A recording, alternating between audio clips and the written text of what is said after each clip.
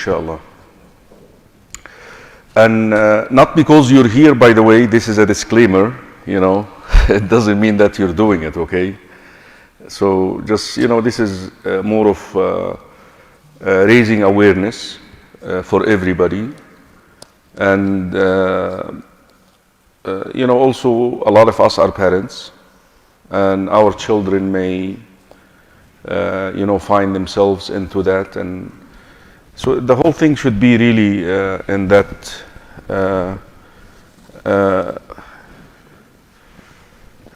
context, yani. It shouldn't be because you're here, then you're doing it or something, yani. I don't want. So if I'm looking at you while I'm talking, it doesn't mean that, So please, that's how I like to talk. I look my audience in the face, but it doesn't mean that you're doing it. So I'm really, it's a very sensitive subject, and I asked Yosha, he wanted me to start. I will, inshallah, I prepared a couple of things here. Some of them are really, more of religious, and some of them have to do with the behavior and how it is initiated and how it evolves into an addiction. Alhamdulillah, wassalatu wassalamu ala rasulillah, wa ashhadu an la ilaha illallah wahdahu la sharika lah, wa ashhadu anna Muhammadan abduhu wa rasuluh. The pornification of society. It's more of a conspiracy, which has two objectives in relation or with regard to Muslims, to keep them away from Islam.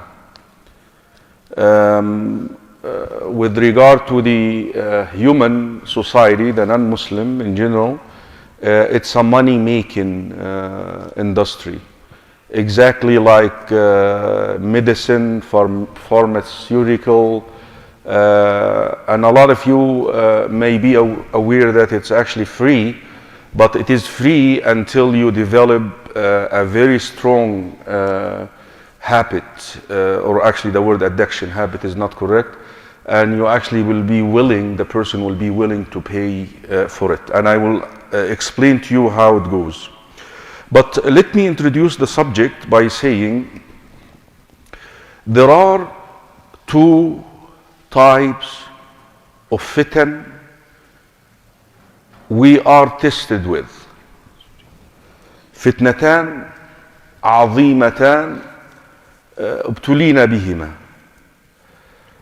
The first one, and the medium here, or the vessel, or the limb, where those two fitnas, two tests, are dwelling, or they will dwell sooner or later, is the heart.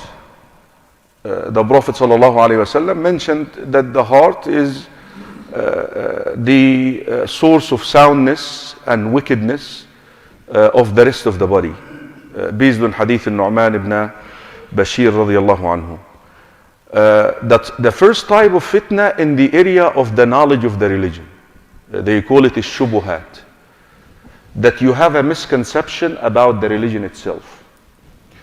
Whether in the area of negligence, al-ifrat, you say, you don't have to pray, you don't have to do this, you don't have to, اللي هو مسألة الإرجاء يعني. ترجي يعني تخرج العمل من الإيمان, that you don't take Islam seriously, and you count on the promising a hadith of forgiveness and mercy of Allah and so forth, and you do not commit yourself. The other extreme to this is taking it to the extreme, that you actually call everybody is a kafir, everybody is this, and you burden yourself more than what you can bear. You like the three who came to the house of the Prophet ﷺ, they asked about his manner of worship, and then one of them said, I will fast. The area of bid'ah, البدع سواء إذا كانت بدعة عقائدية أو بدعة تعبدية. البدع إما تكون في العقيدة مثل القدرية, the people who have the misconception regarding the subject of القدر أو الصحابة الشيعة الروافض. يعني بدعة إما في العقيدة in the area of the عقيدة or بدعة in the area of the العبادة. يعني that you come up with an act of worship يعني ما أمر به الرسول صلى الله عليه وسلم وما جاء به. this is not our subject today. So this is the first type اللي هي بيسموها فتنة الشبهات. The treatment to this, the way that you treat this is knowledge, العلم, that you teach yourself. The second type of fitna or the second type of test, which is يعني relevant to our subject today, is what we call فتن الشهوات. فتن الشهوات, the whims and desires. That you fall into a certain whim or desire. Of course, Allah subhanahu wa ta'ala created these desires inside us, inside our bodies, but He also shown us the way to fulfill it. He shown us the way to fulfill it, like the fitna that we're talking about today, the adult material marriage. That's how you should fulfill it, and you have a wife, and that's how you fulfill it. Now, some people they like to go the other way, or this is the area where this fitna comes. والرسول صلى الله عليه وسلم يا إخوة في حديث أسامة بن زيد رضي الله عنه في الصحيحين, he mentioned that ما تركت فتنة أشد على الرجال من النساء. I have not left a fitna which is stronger on men than this fitna, the women. Allah created us this way, that we're so inclined to to them and so forth. Alhamdulillah يا إخوة, وننزل من القرآن ما هو شفاء ورحمة. Subhanallah, the revelation, the Quran and the Sunnah which we have, it will have the cure if you already have contacted those two fitan. And rahmah, if you want to immune yourself, the Quran also will immune you. I'm going to count 7 and 7, and I'm going to test you at the end. The first 7, why this fitna is so dangerous. It's so dangerous. It's not simple, by the way. It's not something that is simple. And I'm going to talk first about the Muslim world, pertaining to Muslims. Not, I'm telling you, the top of the line, rational, liberal countries, they figured out that this fitna affects their country. A country called Iceland, very liberal. They actually ban pornography from the, they filter it. Like you cannot access it. Like in Saudi Arabia or Qatar, you cannot access it. Like those are the 3 countries. If you go and search, you can't access these. So they actually ban, in Iceland is not a Muslim country because they studied the impact or the consequences, the devastating consequences of this, and they found out that this is a very dangerous thing to their citizens, and they want to protect their citizens. It's a very dangerous matter. But let me talk about Muslim countries for you to know, because some of you may be sitting down and thinking, I don't think Muslims do that, or go into the search engine and ask Sheikh Google about the first 10 countries in the world who search for sexual adult materials. You will be surprised to find on that list of 10 countries, 6 Muslim countries. 6 out of 10. The first country and the third are Muslims. The first and the third are Muslims. It's a phenomenon. It's something that is there. It's not something that we're pretending that or warning against it before it comes. No, it is something that is already in existence.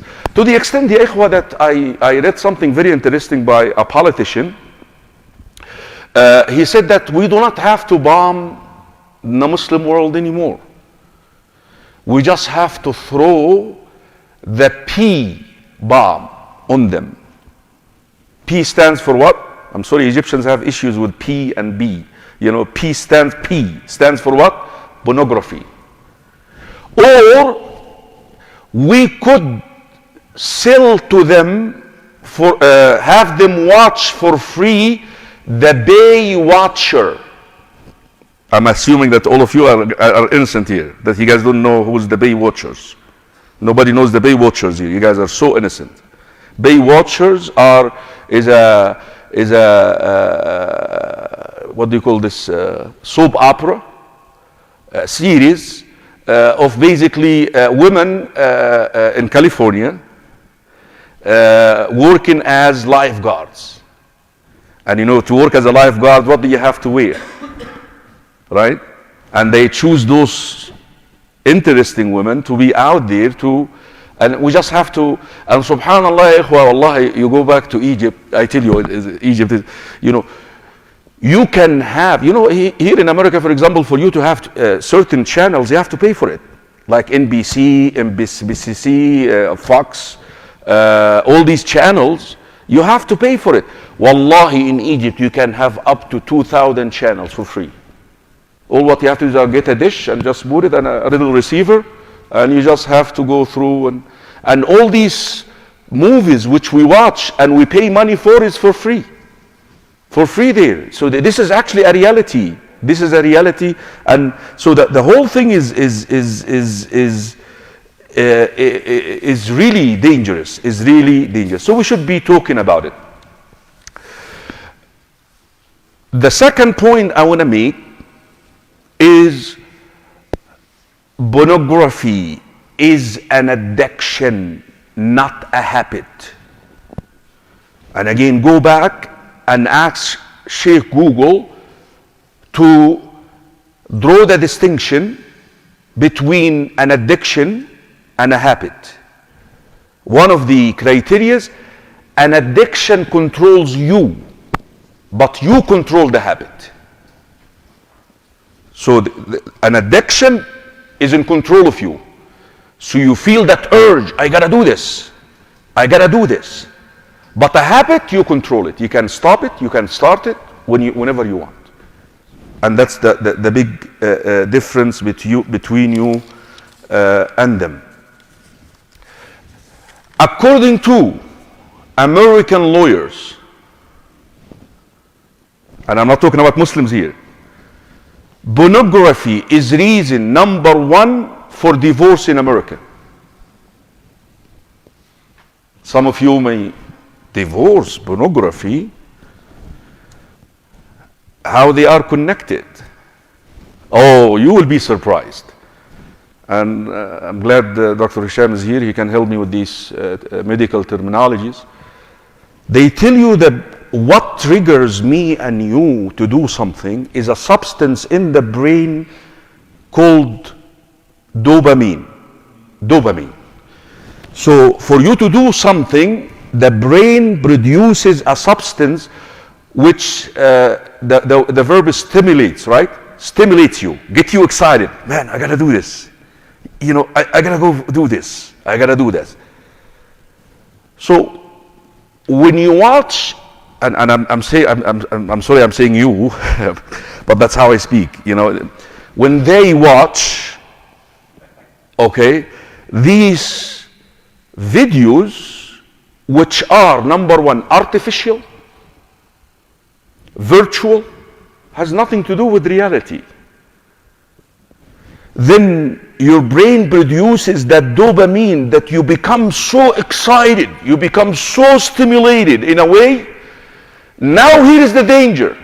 This particular subject is connected that you have to process that, you have to end that. And this is what we call masturbation. العادة السرية. Wallahi ya ikhwa, we are imams and wallahi I hear that statement maybe tons of times. I don't know, tons, that's a weight, many times, yeah. My husband is married to the computer. He didn't have sex with me, and I'm sorry to say that, but this is for the last 6 months. He's not interested in me. Why? You see, when he goes into the bedroom to be with his wife, she is not the one in the movie. She just came from the kitchen. She did something, you know. She's doing her best. She's not, you need to understand the one that you just watched, she received money to play that role for you. It's a job. You're getting the relationship between marriage and this, that's where the danger is. Now, you get stimulated more, you get triggered more to be excited about having arousal, that's the word, arousal, with the video, with the movie. Your wife no more excites you. Or your husband, by the way, I'm sorry to make this exclusive. Women actually watch this more than men. Some of you may not be aware of that. Women watch these adult materials more than men. So the connection here is missing. You know, the connection is missing in the bedroom. She is not that. He is not that. They watched before, and some of them are unable actually to perform. I'm telling you, to perform as men, to perform with their spouse, because he's not excited. And then he goes and he blames who? The wife. No, you don't blame the wife for that. That is where, you know, it's really dangerous. Here is another level. And I mentioned at the very beginning that initially it's for free. I think I read a study that maybe 20 years ago, for you to access these materials, you had to pay $1, $2, whatever it is. But now it's becoming totally free. So how it is an industry, how they make money then? Well, you see, like drugs, let's use, for example, marijuana.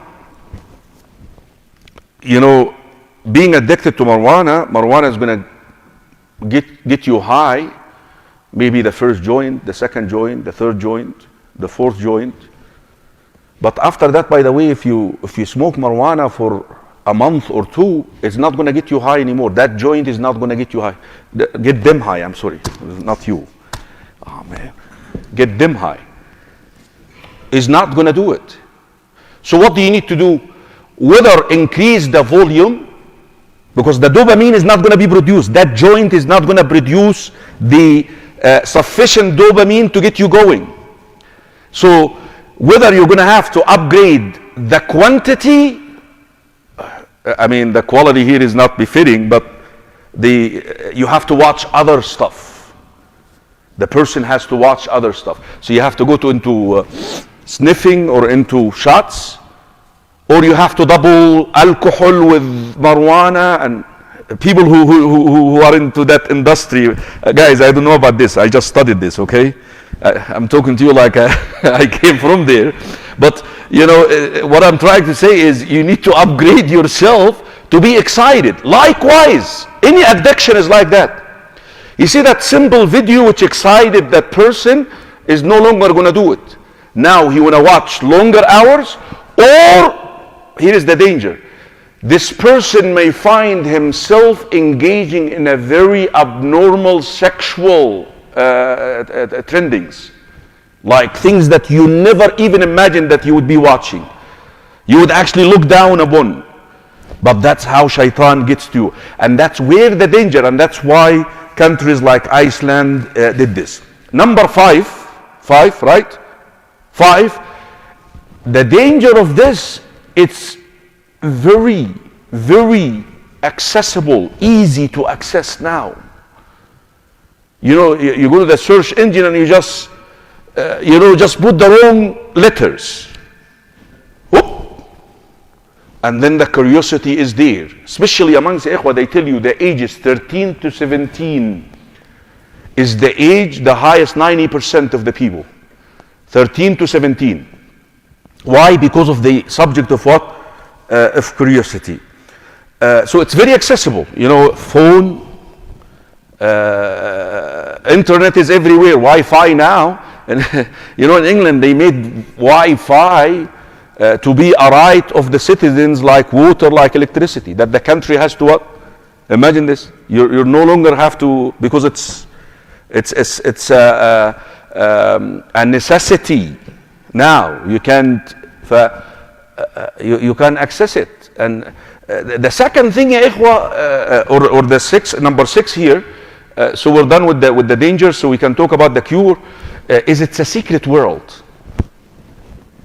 It's you see, in the past, if you want to smoke marijuana, for example, you have to call somebody. Hey man, you have the stuff, and then you have to go and pick it up. At least you're having 2 or 3 people engaged in the process. Also the impact, like when you get high, man, you know, people can know that you're wasted, you're high, and this somehow invites the people around you to give you sometimes the ugly look. So somehow the society still what contribute to your cure. If you're after cure, man, I don't want the brother to see me like this. That's awful, you know, especially when a person. But this world, no, you don't experience that. You go into they go into a closed room and then they come out. Delete. All what you have to do is delete the search history or the watch history. Now you don't think that those people keep that history for you. Yeah, you go to that government mail, Gmail. It's called government mail, right? Gmail. They keep that stuff for you, and it's waiting for you to hunt you when you become let's get the history of this guy. It's out there. Yeah, you deleted it, but it's kept somewhere. In a way, I mean, this is like I'm very much into conspiracies, you know, but this is beside the point. Number 7 and the last. I'm sorry, Osha, if you don't mind. Can I? Okay. Number 7 and the last. You cannot imagine the justifications that shaitan throws at you to do this. Here is one, and I'm going to begin with people who are into the field of Islam, whether teaching or whether they are. Look how shaitan. I don't want to commit adultery. فديس is the أخف الضررين. يقول لك أخف الضررين. This is the least of the 2 evils. Because what is the other end of this? That you go and what? And have illegal sexual relationship with somebody. Well, you know what? This is much better. Another thing which is really very dangerous once it comes to the youth, they say, well, I want to learn how it's done. And they justify it with that sexual education which they receive in the public school system now. They say it's a sexual, I want to educate myself. I don't want to, my father didn't send me to a public school, so I don't know about sexual education. So I'm going to educate myself sexually so I know how it's done. Then the person develops that behavior, abnormal behavior, and he finds himself actually hooked up into it, and addiction may start. My wife doesn't satisfy me, but the whole thing started with this. If she doesn't satisfy you, that's, you know, my husband doesn't satisfy me. Or some married people, they say, well, I want to learn more stuff so I am more pleasing to my wife. All of these are entries of shaitan that get you into, that get the person into this, and they end up doing it. A lot of the people, they did a study, ikhwa, that a lot of the people go to these websites, go to these pornography websites, once they are going through hardships. Like they are depressed, or they had some issues in their lives. So for them is like more of escape. So they okay, let me just do this, maybe I will get over this. Okay. Cure. Number 1, admit that you're sick. And there is nothing wrong with that. Listen, a lot of people, they get addicted to this unknowingly. They didn't know these facts. They have never been introduced to these realities. They actually thought this is, out of curiosity. You need to admit this. That's your first path. Ask Allah subhanahu wa ta'ala to help you. Ask Allah subhanahu wa ta'ala dua ya ikhwa. Ask Allah subhanahu wa ta'ala to help you. This concept of addiction is something that is related to the nafs, not to shaitan. Shaitan triggers it. Shaitan gives you the thought, but it's a disease of the nafs. And now, for you to leave an addiction, Ibn al-Qayyim given a very interesting parable. He said, imagine having a sponge. Your heart is the sponge now. And you place an ink pen for a second on that sponge. And you move it.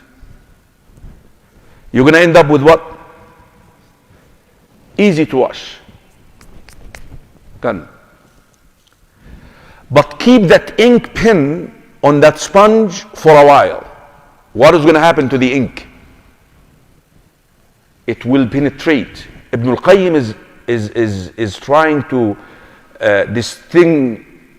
distinguish or differentiate between a sin that comes one time randomly and a sin that you keep going back to. وده في الحديث. إذا أذنب العبد ذنبا نكت في قلبه نكتة سوداء. He actually was explaining this hadith. That when you commit a sin, a stain goes into the heart. If you make istighfar, then it's removed. If you don't, if you keep doing it, then it grows, and then it becomes what? كلا بل رانا. Now for you to wash that sponge, can you just go and wash it one time? No. So you may try and fail. Try and fail. Try and fail. Try and fail. You may actually have to do this many times. The message here, don't give up and always try to be out there, inshallah. One last thing, ya ikhwah, and Brother Yusha, I will take it on from here, is related to the people who deal with individuals who found themselves into this area of pornography. Don't look down upon this person. Like you found out that your husband, your wife, your son, your daughter, your brother, your friend. Don't look down upon those people. Help them. And I have an evidence يعني for this. Abdullah ibn Himar, the Sahabi, يعني كان يؤتى به سكيرا للنبي صلى الله عليه وسلم. يعني he is to be brought to the Prophet to be flogged for drinking. So while they were actually establishing the criminal punishment in Islam on him, one of the Sahaba said, لعنه الله أكثر يؤتى به كثيرا يعني. May Allah curse him. Imagine the Prophet said, this man loves Allah and His Messenger. فهذا أمر يعني the issue here, we want to help those people to grow out of this. And you can be a source of that, inshallah. I think I rest my case here when I hear from Brother Yosha on this subject, inshallah. تفضل يا شيخ. بسم الله والحمد لله الحمد لله الذي وصل رسوله بالهدى ودين الحق ليظهره على دين كله كفى بالله شهيد وسلم وبارك على نبينا محمد وعلى آله وصحبه أجمعين أما بعد. Sheikh Karim covered everything pretty beautifully, and so I'll be very short and simple. For Sharuq is in about 7-8 minutes. So I'm just going to give some practical advices, inshallah ta'ala, and very sweet and simple about it. When it comes to this issue of pornography, we have to see what it is that is the gateway. There's a gateway for almost every addiction. And myself, I'm a student of psychology. I've dealt with these issues a lot in the past, stemming from my own personal history and past, which we'll talk about tomorrow, inshallah. I'm not going to give that away today. But it gave me an inclination to study psychology and the behavior of what they call organisms, or the human mind, and why we do certain things that we do. It also has helped me very well in the field of da'wah in the past 15 years to understand behavior and people and reasoning and etc. All of these addictions have gateways, and the gateway to pornography addiction are the eyes. This is where it begins. It begins with the look. And we know that there was a beautiful advice from the Prophet ﷺ, when it comes to the gaze and lowering our gaze. It's mentioned so much, lowering the gaze. But what does it mean to lower the gaze? Does it mean just, we walk around looking at the floor, bumping into every wall and, bumping into street signs? People do that already with their phones. I think the next generation of people, we are going to evolve to be like some hunched over weird creatures that, we're going to be like this permanently. But we're already doing that. I don't know if any of you have seen some of these videos they put online of warnings about your cell phones. People die. Thousands of people die every year looking at their phone in the car, on the street. They get hit by buses. They walk into manholes. They walk off cliffs. But lowering the gaze doesn't mean just always looking at the ground. Lowering the gaze is a frame of mind. It's a frame of mind that you want to try to protect your eyes, protect this, because the eyes are a vessel of information input. They input a lot of information that are coming into you from our physical world. All the time they're taking in information. As long as they're open, they're taking in information. And this pornography issue is a sin that begins with the look and begins with the eyes. Before even someone decides to go on the computer and start looking at these things, they are enticed by things that are around them in the physical world. And unfortunately, we live in a society, especially in the West, and the Muslim countries are right behind, trust me, they're following hand in hand with most things. But we live in a world where promiscuity and these types of things and nudeness and all of this has become very prevalent. I think this was a statement, I believe, attributed to Salahuddin al-Ayyubi, that said, if you want to destroy a nation without war, just make zina and nakedness prevalent in society. If you want to destroy a nation without war, make zina, make adultery and illegal sexual intercourse and nakedness prevalent in the society, and they'll destroy themselves. So this is a sin of the eyes. So it starts by lowering the gaze, meaning that we try to resist the temptations of the world around us physically. That if we see certain things that attract us to the opposite gender, we try to find a way to redirect that. And that is something that we have to learn. That is a behavior that has to be learned, to redirect these natural inclinations. For instance, if you know you have an inclination to look at the opposite gender, don't go by the swimming pool in summertime. These are areas where you're going to reach this temptation. This is going to happen. Keeping those temptations away from us, that module or that vehicle where we will be tempted.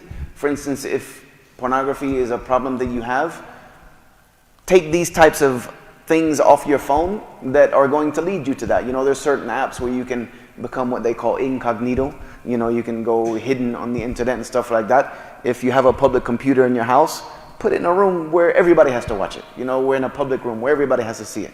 This is especially for parents with children. I wanted to close this towards the end, but I want to be very short.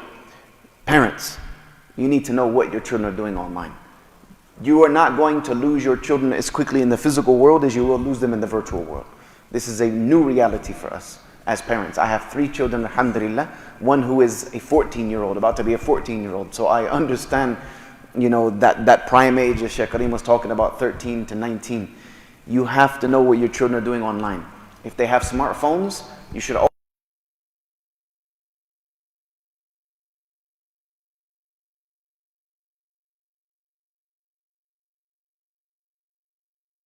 to it. Make sure it's out in the public.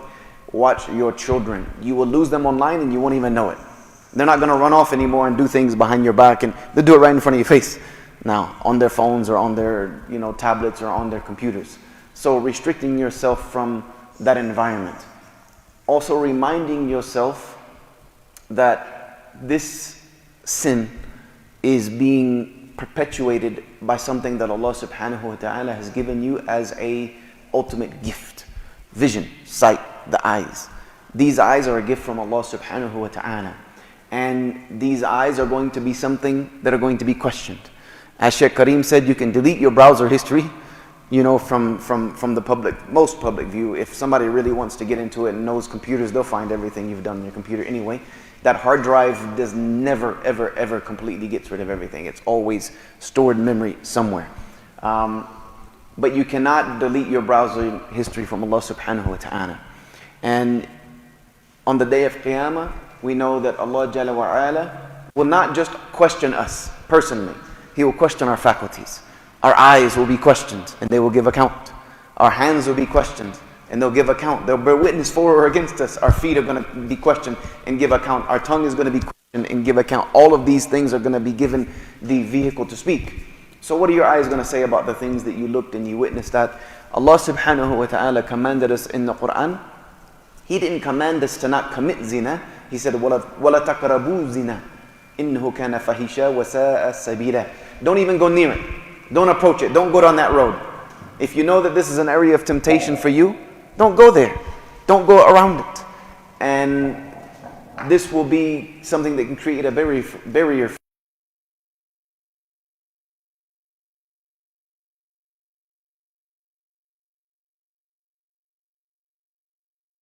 Because it is going to become more and more prevalent in society.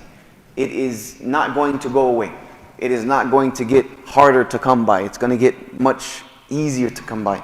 The Prophet ﷺ said during the last days that women would be clothed but naked. That's already happening. Women would be clothed but naked. He also said that there will be a time where people will just have fornication openly in the streets, openly. We're already entering in that time as well. And he said that someone will just tell them that they're annoyed by it. Why don't you go do that, over there in the corner? And the Prophet ﷺ said that'll be the best among mankind at that time. Is that person who tells them, doesn't warn them, advise them, just says, look, don't do that in the street. You're blocking traffic. So it's not going to get easier. So we have to try to create barriers and protections for ourselves, especially if you know that that's something you're inclined to. Again, Shaykh Karim said this is something that inflicts both women and men. But we also know that men were created with a very strong desire for this. As the Prophet ﷺ said, I have not left a more hard test behind me for you than women. This is something that has been given as a strong inclination for men. So we have to try to create barriers for us, because this is something that is going to be a detriment to your soul. This is something that destroys and eats at the soul little by little and creates unrealistic ideas of gender relationships, unrealistic ideas of marriage, unrealistic ideas of sexuality. And it creates perversion in the society, which destroys its very fabric. For parents, we also have to make sure that we are doing our due diligence in teaching our children appropriate and proper gender relations. This is a huge area that we are missing the boat on, because our children, for those of you who have children, our children are not growing up in the same world we grew up in. And I'm speaking of myself too. I'm only 40 years old, but I grew up where there was no access to this type of stuff. If you wanted to look at pornography, you had to go to the store and buy magazines and all of. There was no connection to this type of stuff. Cell phones didn't exist. My phone growing up was connected to the wall in my house, and that was it. It didn't go anywhere, and you had to turn a little rotary dial to get it to dial. And if you wanted nobody to hear your conversation, you had to go outside drag the cord into another room and shut the door. Our children live in a different world where all of this is readily available and accessible to them, and just telling them that you are supposed to behave as if the opposite gender does not exist, and you continue behaving as if the opposite gender does not exist until you become of the age where I can tell you can get married, then I'll tell you who you get married to, and you just figure it out as you go. That is not a realistic concept anymore that is going to work. Our children are living here in the West. They are going to interact with the opposite gender whether you like it or not. If they go to public school, even more so. They're going to be forced into this type of interaction. So unless we start teaching our children appropriate gender relations, because to say that we're supposed to live as if neither one of us either exist until the marriage takes place is also not correct either. If we look at the seerah of the Prophet ﷺ, we will see that there was gender interaction between males and females, but it was constrained, it was put into limits, and there was teachings by the Prophet ﷺ of how to do these things. There's a very good book I suggest almost all parents to read, and it is a book by one of my teachers, Dr. Hattam al-Hajj. It's called Gender Relations in Islam. You can look it up. It's produced by, IIPH. IIPH has done this book, and Dr. Hatem has done a very good job of translating it and laying this out very good. Dr. Hatem is better in English than me, and I was born and raised in this country. When I used to turn into him papers, he would say the material is good, and then he would dig on my grades from my English grammar. And I'm telling him, Sheikh, you're from Egypt, you cannot dig on my English grammar. But he would tear my English grammar to pieces. He speaks extremely well, impeccable English, mashallah. And he is a doctorate of Islam and a doctor of medicine, pediatrics as well, mashallah. I think Sheikh Karim knows him very well. It's a very good book for all parents to read on teaching your children appropriate interaction. Because if they don't learn it in a halal way, if they don't learn how to relate with one another in a halal, proper way, gender interactions in Islam. Gender interactions in Islam, it's a new publication. It was only published maybe 6 months ago. Because if they do not learn this from us, they're going to learn it somewhere.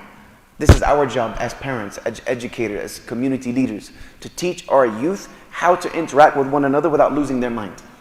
Without losing their mind. Where they don't come in contact, they bump into a sister and that's it. They lose their whole complete mind. No, we need to teach them how to do this appropriately in a halal way that will lead towards a beneficial manner, inshallah. We also need to stop making marriage unattainable. We need to stop doing that as well. We need to stop making nikah unattainable. A lot of the complaints, and I'm telling you this because I talk to youth a lot. I travel the globe and I try to spend time with youth because I haven't become too old yet. The grays haven't all popped in yet, so the young still think I'm a little bit young for some reason. And I try to keep an eye on what's going on. I try to keep an eye on trends that are happening in the youth. And sometimes it is nerve-wracking for me to look at what my children are being attracted to. Trust me, I look at some of this stuff and I get the feelings like I'm becoming my father because I don't understand it at all whatsoever. It makes absolutely no sense to me. But I have to try to understand what our children are going through, what they're being attracted to, what are the new fads and trends. You know, first it was Facebook, now Facebook is for old people and political candidates and stuff like that. I had a Facebook when Facebook was only for college students. Then it became Instagram and Twitter, and now kids are on TikTok, and I don't Snapchat. I don't understand half of it, but I have to try to because this is where our children are being directed and diverted to. So understanding the world your children are growing up in, making gender relations understandable for them and digestible for them, and also making marriage attainable. The Prophet ﷺ did not forbid love. He never forbade love. He never forbade two people from falling in love. Never. Ibn al-Qayyim al-Jawziyya rahimahullah ta'ala said that love is not impermissible, but it is a disease, and the only cure for it is marriage. He said love is not haram. Allah never made love impermissible, but it is a disease that can destroy someone if they don't seek the remedy. And the remedy for love and lust is nikah, is marriage. Then that can be fulfilled in a proper way. And then my last little point, because I'm trying to just kind of add some practical points onto what Sheikh Karim said, is within marriage, set realistic expectations. Yeah? Set realistic expectations. Brothers, if you think, mashallah, if you've married a gorgeous, beautiful supermodel, may Allah bless you in that. But do not think that your wife is always going to remain, the young, fit woman that you married. You've now put 3-4 children in her and expect her, to look like these, bikini models. Be realistic, brothers. See the beauty in this woman who is stuck with you and has put children into this world for you, and Allah subhanahu wa ta'ala has blessed you through her. See that beauty on a different level and a different scale. That beauty is in the eyes of the beholder. We have set beauty to a standard that is unrealistic, not realizing that almost all of this stuff that we see online is photoshopped, it's airbrushed. It's not realistic. It's not a real standard for what is attractive and what is not attractive. Same with sisters. Sister, you married your husband when he was 25, 26. He was a fit, young, muscular man. Now he's 40, 45, 50. He's put on some pounds. He's gained a little weight. Most of that is your fault. You fed him like this. And he likes the food, mashallah. Be grateful for it. Say, that belly's my belly. I made that. I helped that happen. See the love in the fact that, you guys have created a bond together. You've created a family together. And you love each other for the sake of Allah subhanahu wa ta'ala. And that is a love and bond that sticks. That sticks. Love for the sake of Allah subhanahu wa ta'ala between a husband and wife is a love that sticks. If it's based on lust and it's based on unrealistic desires, then you're already heading down a very dangerous and slippery road. Set realistic expectations for one another and make an effort for one another. Make an effort for one another. That's my last and final advice. Make an effort for one another. Brothers, just because you've become a little bit older and a little bit heavy doesn't mean you can't try to stay in shape and you can't dress up for your wife every once in a while. What I mean dress up, you know what your wife likes to see you in. And you know, if she likes to see you a certain way, doesn't mean you always have to be wearing those baggy, you know, sweatpants and shirt with food stains all over it all the time and then think, you know, my wife, you know, you never give me an affection. Well, you look like you were just drug out of the ditch all the time. The same for sisters, you know, make an effort for your husband. You know, there's a certain way that he likes, certain things that he likes. You know this by now. Try to make a little effort so that you guys can create that harmony and love for one another. Because if your children see that, if your children see that love and affection and realistic marriage bond between you two, that is the expectations they're going to set for themselves. For me, marriage expectations are the expectations I saw my grandmother and grandfather growing up. And that's just the way we are designed as human beings to take that example. So these are just a few small, short advices. But at the end of the day, remember that this sin of pornography is a sin of the eyes. And the eyes are a beautiful gift of Allah subhanahu wa ta'ala that we should not take for granted. I remember talking, and I think Sheikh Karim knows Brother Abu Hafsa very well, the blind brother from Canada. I don't know if any of you have ever seen any of his stuff. He's got a video called Blind Hearts on YouTube. He has been blind his whole life. He was born without eyes, almost became a pro wrestler. He's given a very good talk about blind hearts on the internet. I remember we were in Australia once, and he was saying in the talk that he's grateful that he doesn't have eyes. You know, that he's thankful that Allah subhanahu wa ta'ala did not bless him with eyes. He said, because this is one major road to sin that I don't ever have to worry about. My eyes will never be questioned by Allah subhanahu wa ta'ala because He didn't give them to me. So this was a ni'mah from Allah to us, because this is one of the major ways to enter into Jahannam is through the faculty of the eyes. So we have to be grateful for the gifts that Allah gave us and show that gratitude by turning them towards things which please Him, inshaAllah. Barakallahu feekum jami'an. Subhanakallahumma wa bihamdika wa ashhadu an la ilaha illa anta astaghfiruka wa atubu ilayk. Wassalamu alaikum wa rahmatullahi wa barakatuh. We have breakfast ready. I don't know if you have questions or not, but we normally follow the session with the